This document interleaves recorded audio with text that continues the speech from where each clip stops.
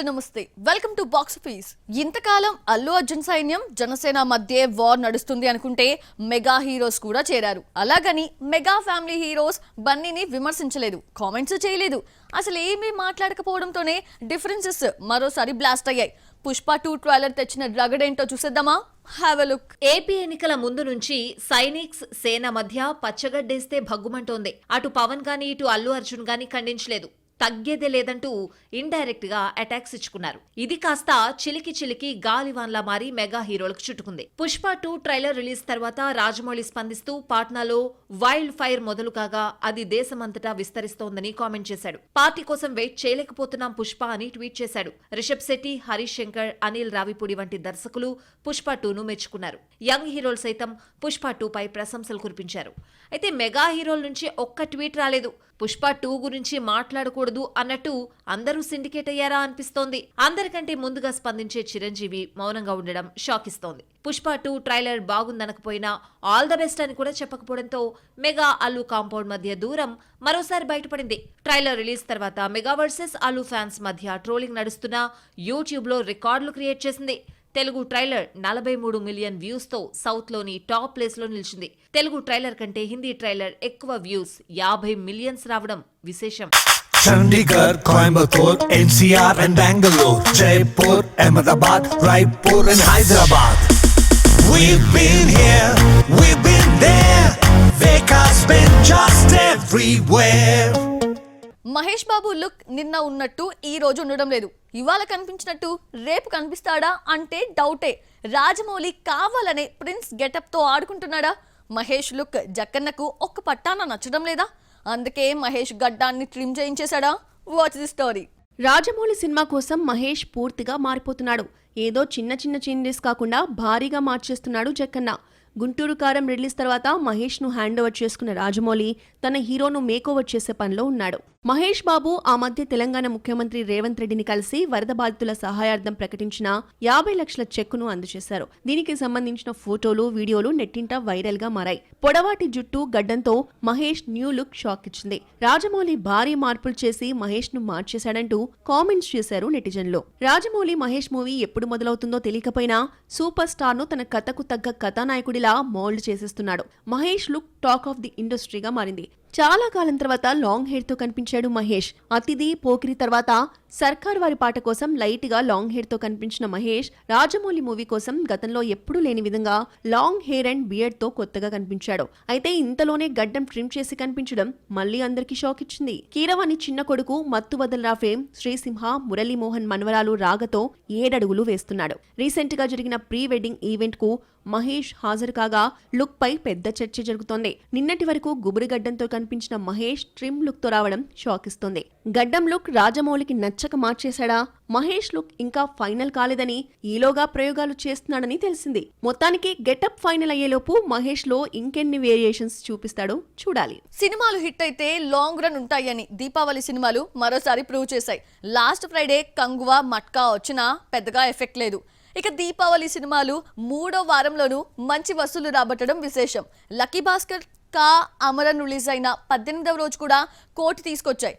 దీపావళి వెలుగులు బాక్సాఫీస్ వద్ద ఇంకా వెలుగుతూనే ఉన్నాయి. ఓవరాల్ గా ఎంత కలెక్ట్ చేశాయో చూద్దామా? దసరాకు వచ్చిన సినిమాలన్నీ నిరాశపరిస్తే దీపావళి సినిమాలు మాత్రం భారీ లాభాలు తీసుకొచ్చాయి. 4 సినిమాలు బరిలోకి దిగితే 3 సినిమాలు లాభాల బాట పట్టాయి. కిరణ్ అబ్బవరం, కా, దుల్కర్ సల్మాన్, లక్కీ భాస్కర్, శివకార్తికేయన్, అమరన్ తో డిస్ట్రిబ్యూటర్స్ పంట పండింది.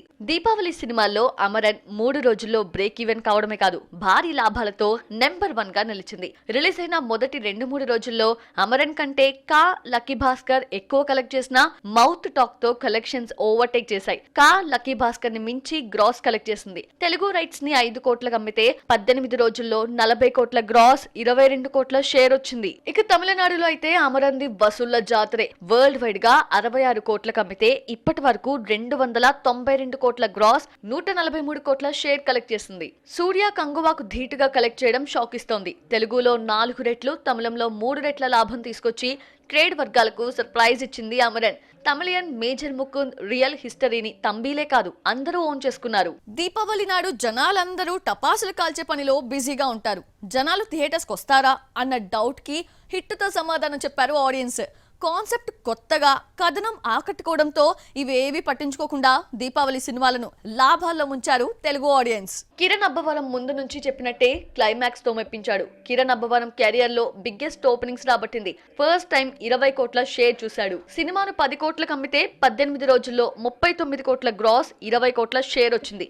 వచ్చే వారం మలయాళంలో రిలీజ్ చేస్తున్నారు. దుల్కర్ సల్మాన్, మీనాక్షి జంటగా నటించిన లక్కీ భాస్కర్ కి పాజిటివ్ టాక్ వచ్చింది. అయితే అన్ని సినిమాలకి ఇదే టాక్ రావడంతో లాభాలు పంచుకోవాల్సి వచ్చింది. లేదంటే లక్కీ భాస్కర్ షేర్ మరింత పెరిగేది.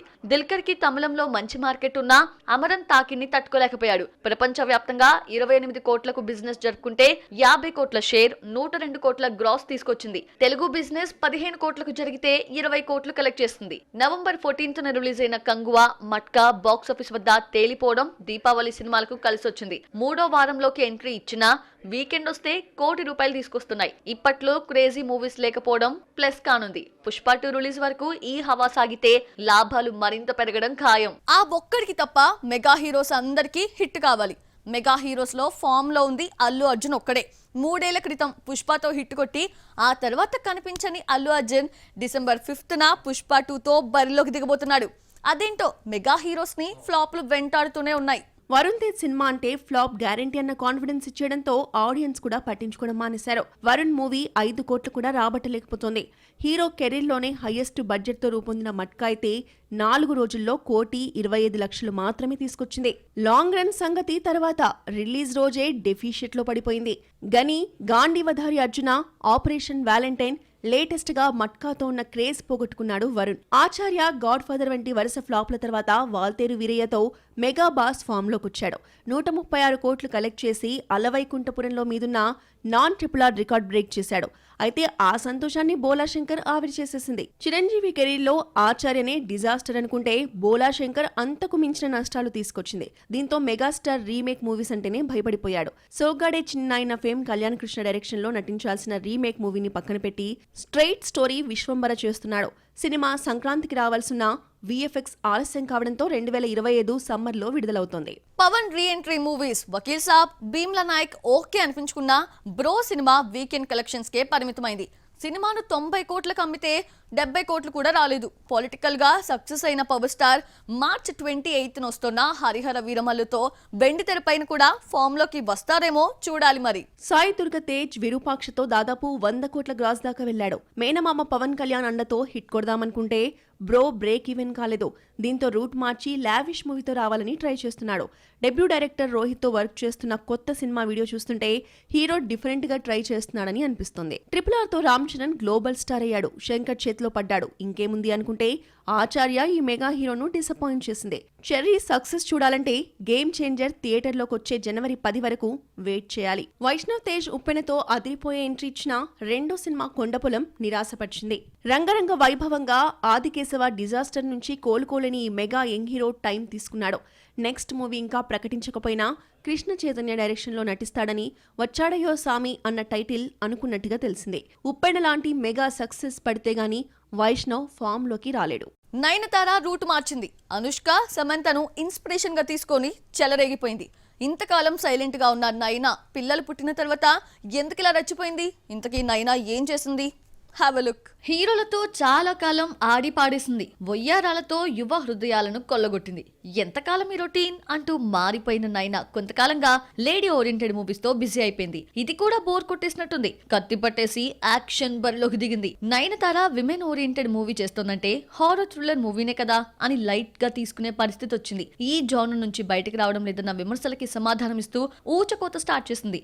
9 బర్త్డే సందర్భంగా రిలీజ్ చేసిన రక్కై టీజర్ తో తనని తాను కొత్తగా పరిచయం చేసుకుంది నయన్. కత్తిపట్టి ఊచకోత స్టార్ట్ చేసింది. సెందిల్ దర్శకత్వంలో రూపొందుతున్న ఈ సినిమా 5 భాషల్లో పాన్ ఇండియాగా రిలీజ్ అవుతోంది. నయనతార ప్రెజెంట్ తెలుగులో ఒక్క సినిమా చేయకపోయినా తమిళంలో 5, మలయాళంలో 1 సినిమా చేస్తోంది. తని ఓరువన్ సీక్వెల్ లోనూ ఈ అమ్మడే కనిపించబోతోంది. అలాగే చాలా సంవత్సరాల తర్వాత మమ్ముట్టితో కలిసి డిఎస్ స్టూడెంట్స్ మూవీ చేస్తోంది నయన్. సో చూసారు కదా, ఇది వాల్టి బాక్స్ ఆఫీస్.